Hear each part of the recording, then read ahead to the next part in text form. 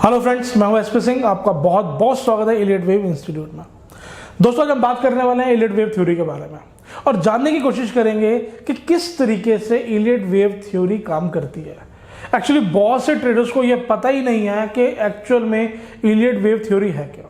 दोस्तों, जबकि मैं आपको बताना चाहूँगा ये एक ऐसी थ्योरी है जो सबसे पहले बनी है, मतलब सबसे ओल्डेस्ट अगर कोई स्ट्रेटेजी है या कोई थ्योरी है या कोई प्राइस एक्शन सिस्टम है, वो सिर्फ और सिर्फ ये इलियट वेव है।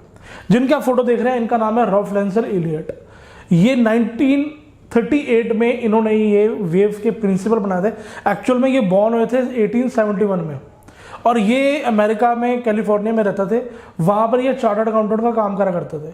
तो इनको बहुत दिलचस्पी थी स्टॉक मार्केट में पैसा लगाने, क्योंकि इनको नॉलेज थी कि बैलेंस क्या है, बैलेंस शीट देखनी कैसे है, फाइनेंशियल्स कैसे देखने हैं, फंडामेंटल कैसे होते हैं कंपनियों के। तो इनको बहुत ज़्यादा इंटरेस्ट हुआ करता था। इन्होंने उस टाइम पे इन्वेस्टमेंट करनी स्टार्ट करी तो उन्होंने देखा यार मैंने किसी कंपनी में पैसा लगाया, वो कंपनी जो है वो प्रॉफिट भी कर रही है और उसका प्राइस ऊपर जा रहा है जहाँ पे वो पैसा लगाते हैं।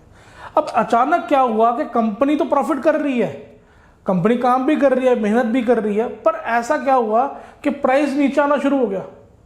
तो उन्होंने उस टाइम पे 1938 की बात बता रहा हूं मैं आपको, वहां से उन्होंने 70 ईयर पुराना डाटा लिया, 70 ईयर पुराना डाटा। उसके बाद उन्होंने देखने की कोशिश करी यार ये पैटर्न्स चलते कैसे हैं। अगर प्राइस ऊपर जा रहा है फिर वो नीचे आ रहा है, फिर ऊपर जा रहा है फिर वो नीचे आ रहा है, तो कई बार उनका स्टॉप लॉस भी हिट हुआ करते थे। मैं आपको तब की बात बता रहा हूं जब दोस्तों कोई भी चार्ट नहीं हुआ करता था, कोई कंप्यूटर नहीं हुआ करता था, तब इनको अपने आप से हैंड से ड्रॉ करना पड़ता था। तो सोचो किस लेवल की उनको उस टाइम पे एनालिसिस करनी होती होगी। आज तो हम ट्रेंड लाइन लगा लेते हैं, तब दोस्तों जो भी कुछ करना है अपने आपको बाई हैंड करना है। तो इसीलिए ही इनके पास जो थ्योरी में लिखा हुआ है वो एक एक चीज प्रॉपर लेबलिंग के साथ, प्रॉपर मार्किंग के साथ, हर चीज एक एक बारीक से बारीक चीज इनकी इलियट वेव थ्योरी बुक में अवेलेबल है। दोस्तों, उन्होंने देखा कि मार्केट एक टाइम पे ऊपर जा रही है, एक टाइम पे नीचे आ रही है, तो उन्होंने वहां पे ना कुछ पैटर्न्स देखे। वही पैटर्न्स उन्होंने अपने नोटबुक में उतार दिए, जिसको उन्होंने नाम दे दिया इलियट वेव प्रिंसिपल्स। कुछ रूल्स दे दिए, कुछ गाइडलाइंस दे दी कि इस तरीके से आपने स्टेप लेने हैं, इस तरीके से मार्केट मूव करती है, आपने इस तरीके से डिसीजन लेने हैं। अब बात यह आती है कि वो जो उन्होंने लिखा वो 100 साल पहले लिखा, आज इस बात को 100 साल हो चुके हैं, ठीक है ना। क्या आने वाले टाइम में भी ये काम करेगा, ये अब भी काम कर रहा है? दोस्तों, इसका आंसर भी उन्होंने उसे टाइम दे दिया था।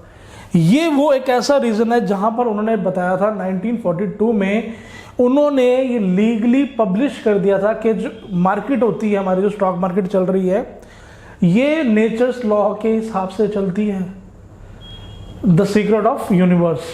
अगर ये किसी के हाथ में हो तो दोस्तों क्या आपको लगता है जो निफ्टी है आज 18,500, ये 1 लाख क्यों नहीं है, 2 लाख क्यों नहीं है? अगर किसी में हाथ में ही है तो ये चीजें किसी के हाथ में नहीं होती। सिर्फ बायर्स और सेलर की फाइट जब होती है, उससे जो कैंडल फॉर्म होती है, उससे जो मार्केट में भाव निकल के आता है जिसे हम प्राइस कहते हैं, उससे अकॉर्डिंगली मार्केट मूव करती है।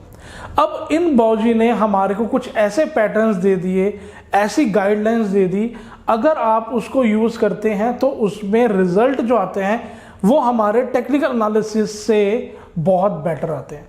क्योंकि यही एक ऐसी थ्योरी है जिसके अंदर बताया गया है कि ट्रेंड क्या होता है, करेक्शन क्या होती है। अगर कोई मूव ट्रेंड ऊपर गया है, वो करेक्शन करने नीचे आया तो वो कहां तक आ सकता है और कितने टाइम के लिए आ सकता है, ये चीजें टेक्निकल एनालिसिस में नहीं बताई जाती। इसीलिए ही जो टेक्निकल एनालिसिस पे जो ट्रेडर्स काम करते हैं वो हमेशा डाउट में रहते हैं, हमेशा उनको ये प्रॉब्लम रहती है कि मार्केट अगर गिर रही है तो कहां तक गिरेगी, और उनको यही नहीं पता चल पाता एक्चुअल में उनकी लोकेशन क्या है, कि वो कौन सी जगह पे खड़े हैं, वो ट्रेंडिंग मूव में खड़े हैं या वो करेक्शन मूव में खड़े हैं। यही इस थ्योरी को ब्यूटी बनाती है, यही इस थ्योरी की एक अपने आप में खासियत है कि आपको यही पता चल जाए कि आप इस टाइम करेक्शन में हो, तो दोस्तों आप सोचे कितना आसान हो जाएगा आपके लिए ट्रेडिंग करना। और आपको यह पता चल जाए ये ट्रेंडिंग मूव है, ये एक बुल रन का एक ट्रेंडिंग मूव है, तो वहां पर अगर आप ट्रेड्स ले रहे हो तो आपकी विनिंग रेशियो कितनी अच्छी हो जाएगी, है ना। तो ये कुछ चीज़ें हैं जो इलियट वेव थ्योरी में जब हमने सीखने को मिला, हमने जब काम करना स्टार्ट किया तो हमारे को रियलाइज़ हुआ कि वाकई अगर काम करना है स्टॉक मार्केट के अंदर तो हमारे को ये चीज़ सीखनी ज़रूरी है। क्योंकि अभी इलियट वेव थ्योरी को लेकर के आप जानते हैं मार्केट के अंदर ज़्यादा बातें नहीं होती, एक्चुअली बहुत कोई बंदे इसको जानते नहीं हैं, क्योंकि ये एक जो टेक्निकल एनालिसिस है उससे थोड़ी सी मेहनत ज़्यादा करनी पड़ती है। इसके अंदर टेक्निकल एनालिसिस में आपको सिर्फ इतना ही करना है कि अगर कोई प्राइस ऊपर की तरफ क्रॉस ओवर हुआ आपने बाय कर लिया, कोई प्राइस नीचे की तरफ क्रॉस ओवर हुआ आपने सेल कर दिया। बट इसके अंदर आपको पूरी एनालिसिस करनी पड़ती है, इसलिए आपको इसमें थोड़ी सी ज़्यादा मेहनत लगती है, टाइम देना पड़ता है। और आजकल आप जानते हैं कोई टाइम देने को तैयार नहीं है। अगर आप पैसा कमाना चाहते हैं स्टॉक मार्केट के अंदर और आप मेहनत करते हैं तो दोस्तों ज़रूर आप इस मार्केट में प्रॉफिटेबल ट्रेडर बन सकते हैं। अब आपको मैं कुछ चार्ट दिखाने वाला हूं दोस्तों, जिसकी मदद से आपको कुछ समझाने की कोशिश करूंगा कि हमने किस तरीके से टॉप को प्रेडिक्ट किया, बॉटम को प्रेडिक्ट किया, या किस तरीके से मार्केट में हम एनालिसिस कर सकते हैं करेक्शन कब आने वाली है या करेक्शन कब खत्म हो गई है। आपको मैं चार्ट पर समझाने की कोशिश करता हूं। अब फ्रेंड्स आपके सामने चार्ट आ रहा है निफ्टी 50 का। यहां पे आप देख सकते हैं कि 5 फरवरी 2020 की डेट है, निफ्टी का चार्ट है। यहां पे ये मार्केट ऊपर की तरफ गई और यहां पे एक्चुअल में इसने बनाया एक एंडिंग डायगोनल, जिसको मतलब ज़्यादातर ये एक अपने आप में टॉप पे बनता है। हम टर्मिनल इंपल्स भी कहते हैं इसको और एंडिंग डायगोनल भी कहते हैं। तो जिसकी वजह से यहाँ आप देखेंगे कि मार्केट यहाँ पे नीचे आई और ये ऊपर की तरफ बाउंस लिया, तो यहाँ से इसने एक अपना ब्रेकआउट दिया था इस एरिया का, ताकि ये नीचे की तरफ जाएगा, ब्रेकडाउन दिया, सॉरी, ये नीचे की तरफ मार्केट जाएगी, मैंने एरो भी डाला हुआ है। बट ये पेंडेमिक के पहले का था और पेंडेमिक में इतनी ज़बरदस्त तरीके से मार्केट में गिरावट आई जो कोई सोच भी नहीं सकता था। हमने भी नहीं सोचा कि इतना कुछ बड़ा फॉल हमें देखने को मिलेगा। हमारी शॉर्ट्स की पोजीशन थी, बट हमारे को इतना नहीं आइडिया था कि मार्केट इतनी बुरी तरीके से नीचे गिरेगी। मतलब यहाँ पे हमने एंट्री करी शॉर्ट की और मार्केट किस तरीके से, मतलब जो हम सोच ही नहीं सके। आप जानते ही हैं उस टाइम पर रोज भाव खुलता था 500 रुपये नीचे, उसके बाद नीचे 500 रुपये और, मतलब इतना ज़बरदस्त तरीके का फॉल था। तो वो हमारा ऑलरेडी प्रिडिक्टेड था just because of Elliot wave theory, क्योंकि हमने ट्रेंड को ही एक प्रिडिक्शन करी थी, जूम किया था कि इस तरीके का हमारे को एनालिसिस मिल रही है, यहाँ पे एंडिंग डायगोनल मिल रहा है, उसके बाद का जो हमारा फॉल था वो इस तरीके से होना था। बट इसमें थोड़ा सा हमें ज़्यादा मिल गया। यहाँ आप देखेंगे दोस्तों, जब ये फॉल नीचे की तरफ आया और हमने यहाँ से मार्किंग करी इस मूव की। एक्चुअली बहुत से ट्रेडर्स ये भी गलती करते हैं कि वो फिबोनाची जो लगाते हैं वो उनका जो 0 पॉइंट होता है वो सही नहीं होता, जिसकी वजह से उनकी जो एनालिसिस है वो ही गलत हो जाती है। तो इलियट वेव थ्योरी में हमारे को काफ़ी अच्छी तरीके से बताया जाता है कि अपने फिबोनाची को रिट्रेसमेंट को किस तरीके से यूज़ करना है।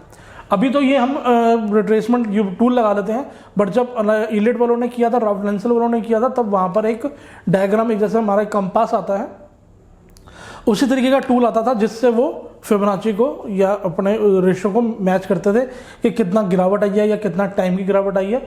वो सारी कैलकुलेशन उस कंपास से किया करते थे। तो यहाँ आप देखेंगे मतलब क्लियरली मेंशन है कि इट्स बॉटम 100%, मतलब कोई डाउट नहीं है, क्योंकि यहाँ पर इसने 78% की रिट्रेसमेंट ऑलरेडी ले ली है, ठीक है ना।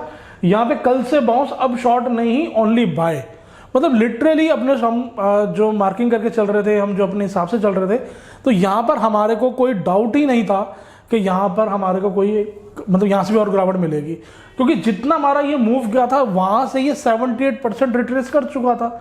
अगर ये इसको काट देता, 78 से भी नीचे चला जाता, 100 को काट देता, तो दोस्तों क्या लगता है जो आप मार्केट इतना ऊपर आई है, ये ऊपर आती, मतलब ही नहीं। अगर ये उसको काट देती तो मार्केट ने बहुत नीचे जाना था। पर यहाँ पर अच्छा यही हुआ कि यहाँ पे ही एक अपना बॉटम लग गया। बॉटम लगने के बाद मार्केट ऊपर चलनी शुरू हो गई। खरीद लो जितना दम है, मतलब अपने स्टूडेंट्स को बता रहा था कि उनको कॉन्फिडेंस देने के लिए कि यहाँ पे टेंशन लेने वाली कोई दिक्कत नहीं है ना। कल से गिरावट नहीं होगी, मतलब आज की गिरावट लास्ट गिरावट है, कोई इसके बाद होनी ही नहीं है, क्योंकि 70% रिट्रेसमेंट ले रहा था। कोई इश्यू वाली बात ही नहीं है इसके अंदर।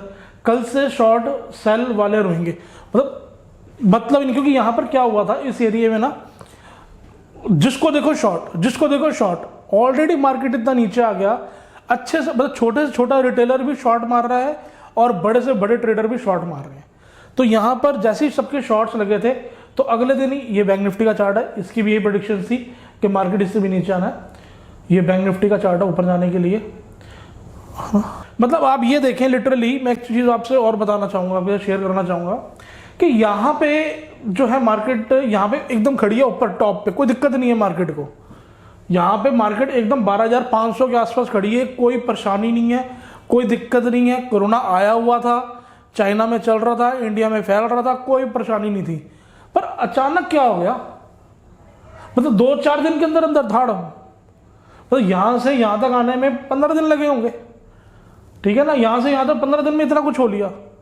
तो अब इसके गिरने से हुआ क्या, डर का माहौल, सब परेशान, पता नहीं क्या होगा आने वाले टाइम में, ठीक है। वहीं पे मार्केट ने उसी टाइम में ही, मतलब इवन की फैक्ट्रियां बंद पड़ी हैं, रोड बंद पड़ी है, लॉकडाउन है, सब घर बैठे हैं और मार्केट ने अपना बॉटम बना लिया।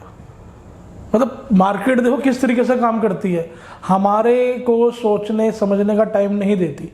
अगर आपके पास इस टाइप की एनालिसिस है, नॉलेज है, तब आप बच सकते हैं इन चीज़ों में फंसने से, है ना। ट्रैप, मतलब ये ट्रैप करती है मार्केट कि आपको ऊपर का ऊपर दिखाते जाएगी और सीधा नीचे मार देगी, फिर नीचे का नीचे मत दिखाती जाएगी, फिर एकदम से ऊपर मार देगी।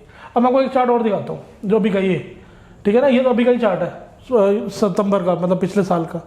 तो यहाँ पर मार्केट ऊपर की तरफ थी 18,500 के आसपास, अब 17,350 है, एक लेवल हमारा और बचा था यहाँ पे 18,500 के 18,000 के आसपास का।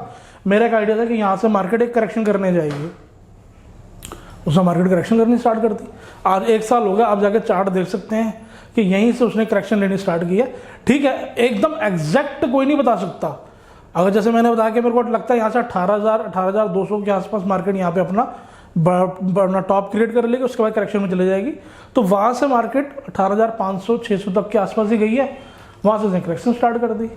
और हमारे को अब ये पता चल जाए कि अब करेक्शन का टाइम है, तो क्या आपको लगता है कि यहाँ पर जितनी भी होल्डिंग्स हैं उसको पूरा रखना चाहिए? बिल्कुल ये कि उसको हाफ करें, क्वांटिटी कम करते जाएं, शॉर्ट सेल की कुछ ट्रेड्स बनाएं, मैनेज करें अपने पोर्टफोलियो को, क्योंकि पोर्टफोलियो हमेशा आपसे मैनेज मांगेगा। ऐसा नहीं है कि आपने ले लिया और ख़त्म होगी कहानी। बहुत से ऐसे स्टॉक्स हैं जो इस टाइम पीरियड में चले ही नहीं, और बहुत से ऐसे स्टॉक्स हैं कि इस टाइम पीरियड में कितने से कितने गुने हुए। एक्चुअली वो गुने होने के कारण क्या है, वो उससे पहले बहुत टाइम तक खड़े थे, बहुत टाइम तक नीचे थे, उनकी करेक्शन खत्म हुई और उन्होंने अपना नया ट्रेंड स्टार्ट कर दिया। अब जो ट्रेंड स्टार्ट किया, इस ट्रेंड को ही तो पकड़ना है, इस ट्रेंड को ही तो पकड़ना है। अगर ये ट्रेंड मिल जाए तो फिर बात ही कुछ और है। दोस्तों, उम्मीद करता हूं आपको काफी कुछ समझने को मिला होगा। आने वाले टाइम में हम बहुत सी वीडियो बनाने वाला हूं आप लोगों के लिए, तो मेक श्योर चैनल पे सब्सक्राइब करना मत भूलना। पसंद आया दोस्तों लाइक करना मत भूलना। मिलते हैं नेक्स्ट वीडियो में, तब तक के लिए टेक केयर, बाय बाय।